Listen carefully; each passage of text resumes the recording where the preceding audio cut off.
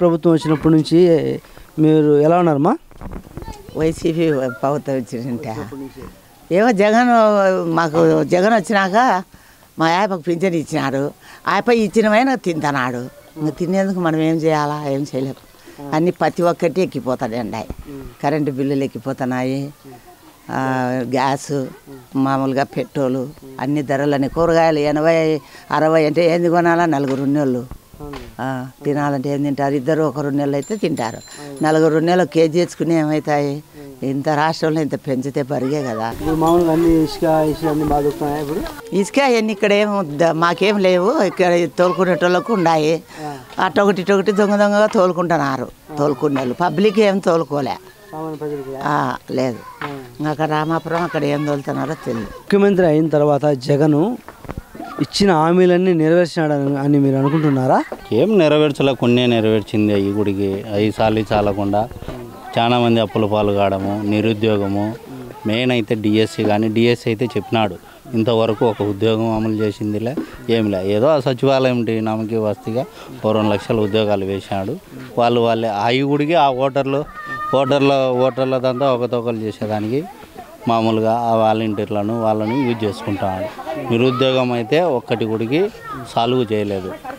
ఇసుక అంటావు, ఇసుక చెప్పినాడు ఉచితమని చెప్పలే. కానీ ఊరికాడ డబ్బులు కట్టి పోసుకొచ్చుకో అని చెప్తాడు. ఒక్కొక్కసాట వాళ్ళ అన్యాయాలకి ఇచ్చి పోసుకుపోతున్నారు. వాళ్ళు ఇష్టం వచ్చినట్టు తోడుకుంటున్నారు ఇసుక. ట్రాక్టర్లు, టిప్పర్లు, దానిని మళ్ళీ ఎక్కడికైనా ఎత్తుకోవడం. వాళ్ళకు తొత్తులు, పోలీసు వాళ్ళు కూడా తొత్తులు అయినారు. వాళ్ళు ఎట్లా చెప్తే అట్లా రాజ్యం. పొద్దుటూరు ఒక ఇసుక రాజ్యం అయిపోయింది. అదే మటుక, గుటుక, గ్యామ్లింగ్ అన్నీ పొద్దుటూరు ఇంకా విచ్చలవిడి అయిపోయింది. కేసులు పెడతారు. వాళ్ళతో SC/ST కేసులు పెట్టించేది అట్లా చేస్తారు. ఇప్పుడు మీ నియోజకవర్గంలో ఉన్న ఎమ్మెల్యే ప్రజల దగ్గరకు వచ్చి సమస్యలు అడిగి తెలుసుకుంటున్నారా? ఆ ఎమ్మెల్యేకు చెప్పి చాలైంది. ఒక కాలువ వేయడు, ఒక లైట్ వేయలేడు. నేనంతా అభివృద్ధి చేస్తాను అంటాడు. అభివృద్ధి చేసి రోడ్లు ఇవన్నీ ఏంటికి చెప్తారు? సమస్యలు చెప్తారు. సమస్యలు విలయతాండమని చేస్తున్నాయి. రోడ్లు కానీ కనీసం డ్రైనేజ్ లేవు. స్ట్రీట్ లైట్లు కూడా మా లెక్కలతో మేము తెచ్చి వేసినాం. అట్లుంది. ఏడొస్తాడు ఎమ్మెల్యే? గడప కన్నాడు, ఊరికి వచ్చినాడు. ఇంకా ఆ వీధిలో అయితే ఆధార్ కార్డులు లేవు వాళ్ళకు. మానసికంగా వాళ్ళు ఇబ్బంది పడుతున్నారు. ఆవిడ లాస్ట్లో 2 విడోలు, ఒక పాప ఉంది. మళ్ళీ ఆ పాప గుడికి చనిపోయాడు. ఆధార్ కార్డులే లేవు ఇంతవరకు.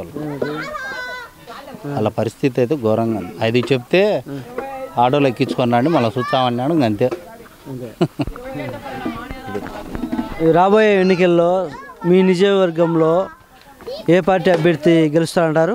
టీడీపీ అభ్యర్థి ఖచ్చితంగా గెలుస్తాడు. వరదరాజు రెడ్డి అయితే ఈజీగా గెలుస్తాడు, ఇబ్బంది ఏం లేదు. టీడీపీ, జనసేన రాబోయే ఎన్నికల్లో కూటమితో వస్తున్నారు. వీళ్ళకి ఎన్ని సీట్లు రావచ్చు అనుకుంటున్నారు? 100 పైనే రావచ్చు. 100 పైనే రావచ్చు. ఇప్పుడున్నే ప్రభుత్వం గ్యారంటీగా ఫామ్ అవుతారు. ఇప్పుడున్నే పరిస్థితుల్లో రాష్ట్రం అతలాకుతలం అయిపోయింది. మన రాష్ట్రం బాగుపడాలంటే ఎవరు ముఖ్యమంత్రి అయితే బాగుంటుంది అంటారు? అయితేనే గ్యారంటీగా మన రాష్ట్రాన్ని మళ్ళీ గాడిలో పెట్టేదానికి ఛాన్సెస్. పులివెందుల నియోజకవర్గంలో ఒక జగన్మోహన్ రెడ్డి ఎమ్మెల్యేగా నియోజకవర్గానికి ఉన్నాడు, రాష్ట్రానికి సీఎంగా ఉన్నాడు. ఏ రోజు కూడా ప్రజల్లోకి పోయి పులివెందుల్లో సమస్యలు వాళ్ళకి కనుక్కుందామనే విషయంలోనే లేడు. చాలా మంది కూడా పులివెందుల నియోజకవర్గ ప్రజలు కూడా చాలా మంది అసంతృప్తితో ఏంది జగన్మోహన్ రెడ్డి ఎమ్మెల్యేగా మేము గెలిపించుకున్నా కూడా మమ్మల్ని పట్టించుకోవడం లేదని చాలా మంది అసంతృప్తి పడినారు. ఎప్పుడో ఒకసారి పండగకు ఏదో ఒక రావడము పోవడం అట్లా జరుగుతుంది అంతే తప్ప పులివెందుల నియోజకవర్గంలో ఏ రోజు కానీ ఈ మనిషి తిరిగింది లేదు, చేసింది లేదు. ప్రజలు ఉంటే కన్నా చాలా ఏంది ఈ మనిషికి మేము ఓట్లు వేసి గెలిపించుకునే దానికి పుణ్యానికి అసలు మాకు ఏ రోజు కూడా పట్టించుకోలేదు. చాలా మంది బాధపడినారు. ఈరోజు పులివెందుల నియోజకవర్గానికి బీటెక్ రవి గారు ఇన్ఛార్జ్గా ఉన్నారు. ప్రతి ఇంటికి తిరిగి ఏ సమస్య ఉంది ఏమనేది ప్రతి ఒక్కరికి కనుక్కుంటున్నాడు. ఏదైనా ఇబ్బందులు ఉన్నాయా, ఏమైనా సమస్యలు ఉన్నాయా అని చెప్పేసి డోర్ టు డోర్ ప్రతి ఇంటికి పులివెందుల నియోజకవర్గం మొత్తం చుట్టుపక్కల పల్లెలతో సహా తిరుగుతాడు ఆయన. ఈరోజు ఈయన ఎమ్మెల్యేగా ఉండి ఏ రోజు కూడా పులివెందుల నియోజకవర్గంలో ఏమైనా సమస్య ఉందా? కరువు ప్రాంతంగా ఇప్పుడు పులివెందులలో వర్షాలు లేక చాలామంది ఇబ్బందులు పడుతున్నారు. కనీసం అంటే కరువు ప్రాంతంగా ఆయనకు మన పులివెందుల నియోజకవర్గంలో ఎక్కడ కరువు ప్రాంతం కూడా లేదని చెప్పేసి ప్రకటించడం కూడా జరిగింది ఈ మధ్యకాలంలో. అంత ఘోరంగా రైతుల విషయంలో ఉంటే కన్నా చాలా ఘోరంగా పట్టించుకోకుండా చాలా ఇబ్బందులు రైతులు పడుతున్నారంటే రాష్ట్రంలో రైతులు చాలా ఇబ్బందులు పడుతున్నారు. ఇంత ఘోరంగా ఆయన పరిపాలన ఇచ్చాడు. ఇంత విధంగా రాజశేఖర్ ఏదో బాగా చేశాడు, కనీసం జగన్మోహన్ రెడ్డి మమ్మల్ని కూడా బాగా చేస్తాడు, రాష్ట్ర పరిపాలన రైతులకు బాగా జరుగుతుంది అనుకుంటే రైతుల విషయంలో శూన్యం. ఇప్పుడు మీ నియోజకవర్గంలో రాబోయే ఎన్నికల్లో ఏ పార్టీ అభ్యర్థి గెలుస్తారంటావు? ఇప్పటికేమో బీటెక్ రవీణ గట్టి పోటీగా ప్రచారాలలో తిరుగుతున్నాడు, చేస్తున్నాడు. వచ్చే ఎన్నికలలో గట్టిగానే పోటీగా ఉంటుంది అని చెప్పేసి ప్రజలు పులిందుల నియోజకవర్గ ప్రజలు ఖచ్చితంగా కోరుకుంటారు. ఇప్పటికే జగన్మోహన్ రెడ్డి కూడా ఆయన చేసి పులిందుల్లో నియోజకవర్గంలో గట్టిగా పోరాడుతున్నాడని చెప్పేసి బీటెక్ రవి అన్న చేస్తానని చెప్పి ఇప్పుడు జగన్కు చుక్కలు కనవస్తున్నాయి. ఇప్పుడు అంత విధంగా ఉంది బీటెక్ రవీణ, అంత స్టాండర్డ్గా, అంత ఎన్ని ఇబ్బందులు ఉన్నాయి కూడా ప్రజల కోసము, కార్యకర్తల కోసము అంత విధంగా పార్టీ కోసం పోరాడుతున్నాడు. ఖచ్చితంగా హోరాహోరీగా ఉంటుంది ఈసారి అని చెప్పేసి పులిందల నియోజకవర్గం వరకు మేము అనుకుంటున్నాం. ఖచ్చితంగా అనుకుంటాం గెలుస్తాడని చెప్పేసి బీటెక్ రవీణ ఖచ్చితంగా 100% ఖచ్చితంగా ఈసారి ప్రజలు కూడా మార్పు కోరుకుంటున్నారు.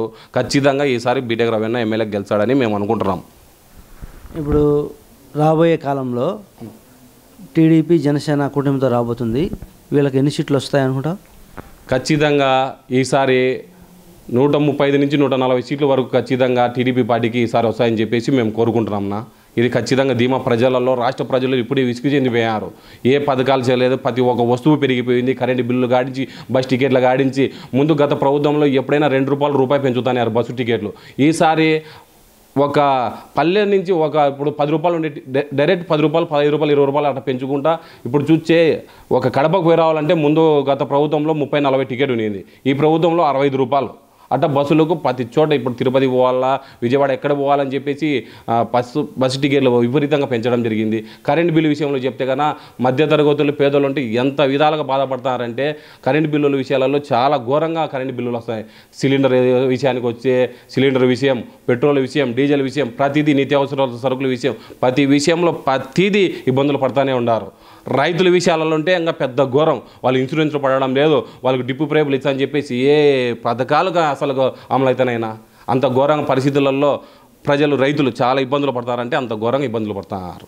ప్రజలకు అసలు సరుకులు కొనుక్కోవాలనుకుంటే ప్రతి ఒక్క సరుకు పెరిగిపోయింది.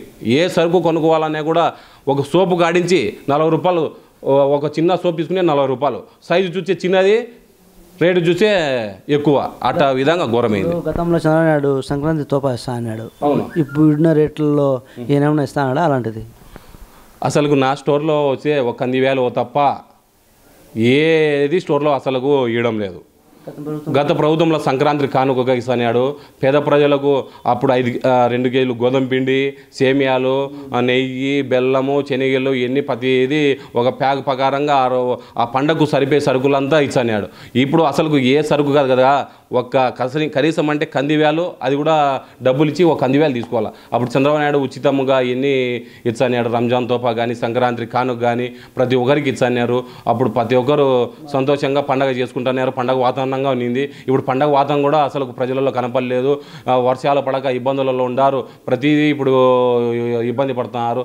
ముందు ఉంటే గత ప్రభుత్వంలో ఉంటే కన్నా సంక్రాంతి పండగ లక్షణంగా సంతోషంగా అందరూ చేసుకుంటున్నారన్న. ఇప్పుడు ఈ 4 ఏళ్లలో ఈ ఆంధ్ర రాష్ట్రం అతలాకుతలం అయిపోయింది. మళ్ళీ మన రాష్ట్రం బాగుపడాలంటే ఎవరు ముఖ్యమంత్రి అయితే బాగుంటుందంటావు? ఖచ్చితంగా చంద్రబాబు నాయుడు గారికి వచ్చేనే ప్రజలు సంతోషంగా ఉంటారు, నిరుద్యోగులు సంతోషంగా ఉంటారు. ఇప్పుడు చాలామంది యువత ఇళ్ళ దగ్గర ఉండేసి చాలా ఇబ్బందులు పడుతున్నారు. తల్లిదండ్రులు కూడా ఏంది ఇది పరిస్థితి, మన పిల్లలకు జాబులు లేదే, ఏమీ లేదని చెప్పేసి చాలా విధాలుగా బాధపడుతున్నారు. ఈరోజు ఆయన ఉన్నింటి కన్నా పోలవరము, అమరావతి ఇవన్నీ అయిపోయి చాలా యువత ఉద్యోగాలలో సంతోషంగా ఈరోజు గడిపేవాళ్ళు. ఈరోజు వాళ్ళకు ఉద్యోగాలు లేక ఇళ్ళ దగ్గర బాధపడుతూ తల్లిదండ్రులకు ఇబ్బందులు పెట్టించుకుంటూ ఉండారు. ఇప్పుడు వాళ్ళ దగ్గర కనీసం అంటే వాళ్ళకి ఏదైనా కొనాలా చేయాలని కూడా తల్లిదండ్రులకు అడగడము, వాళ్ళు బాధపడము, వాళ్ళ దగ్గర డబ్బులు లేక వాళ్ళు ఉండే కూలి పనికి పోయి ఆ డబ్బులు తెచ్చుకునేది కూడా వీళ్ళకి ఇవ్వడం జరుగుతుంది. ఇప్పుడుండే పరిస్థితులలో కొంతమందికి ఆరోగ్య సమస్యలంట ఇన్ని పెద్దోళ్ళు చాలామంది బాధపడుతున్నారు. వాళ్ళకే చూసుకోలేని పరిస్థితుల్లో ఉంటే యువత కూడా ఇంటి దగ్గర ఏదైనా చేయాలా ఏమైనా ఉండాలనే కూడా జాబులు లేక ఎంతోమంది యువత చాలా ఇబ్బందులు పడుతూ ఉండారు. ఈయన ప్రభుత్వంలో యువతకు నిరుద్యోగ వృత్తి ఇస్తా అని చెప్పి నిరుద్యోగ వృత్తి లేదు, ఉద్యోగం లేదు. ఇంత విధంగా ఘోరంగా బాధపడుతున్నారు యువత ఇంటి దగ్గర ఉంటే కానీ. ఏంది ఇది ప్రభుత్వం, ఇంత ఘోరమైన ప్రభుత్వం ఎంతవరకు ఎక్కడ చూడలేదనుకుంటున్నారు. అంత విధంగా ఘోరంగా పరిస్థితి ఉంది నా ఇప్పుడు రాష్ట్ర పరిస్థితి. రాష్ట్రం బాగుపడాలంటే ఎవరు ముఖ్యమంత్రి? ఖచ్చితంగా చంద్రబాబు నాయుడు గారు వచ్చి రాష్ట్రం బాగుపడుతుంది. ఖచ్చితంగా కొన్ని పరిశ్రమలు కొన్ని వస్తాయి, కంపెనీలు వస్తాయి, ప్రతి ఒక్కరికి జాబ్ దొరుకుతుంది అని నేను ధీమాతో కోరుకుంటున్నాను. ప్రజలు కోరుకుండే పరిస్థితి కూడా ఇప్పుడు చంద్రబాబు నాయుడు రావాలని కోరుకుంటున్నారు.